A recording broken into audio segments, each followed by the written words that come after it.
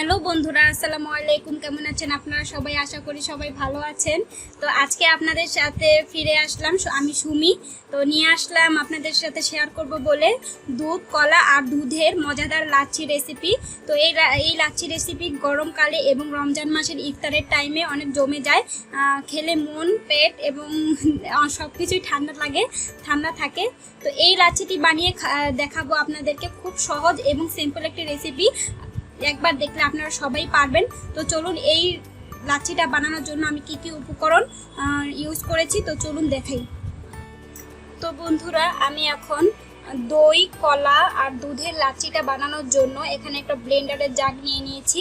তো এই জাগের মধ্যে আমি এখানে বড় সাইজের 3টি কলা আমি ছোট ছোট করে কেটে দিয়েছি। এই কলাগুলো আমি জগের ভিতরে দিয়ে দেব।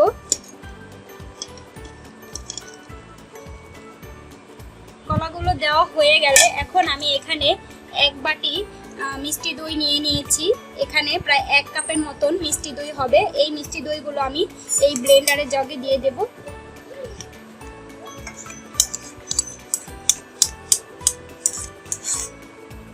দইগুলো দেওয়া হলে এখন আমি দিয়ে দেব এখানে চিনি।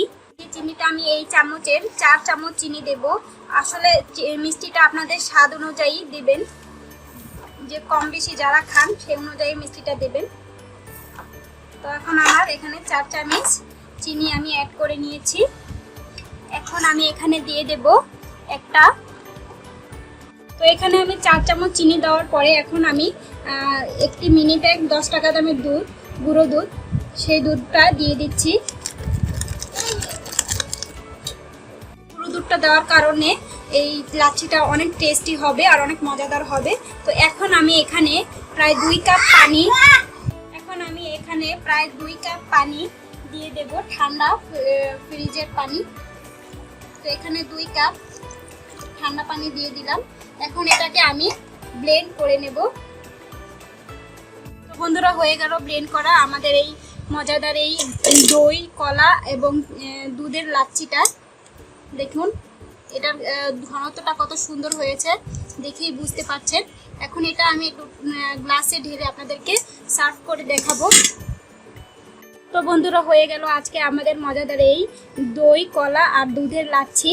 অবশ্যই আপনারা এইভাবে বাসায় ট্রাই করে দেখবেন, নিশ্চয়ই ভালো লাগবে। তো ভালো লাগলে অবশ্যই আমাকে কমেন্টসে জানাবেন।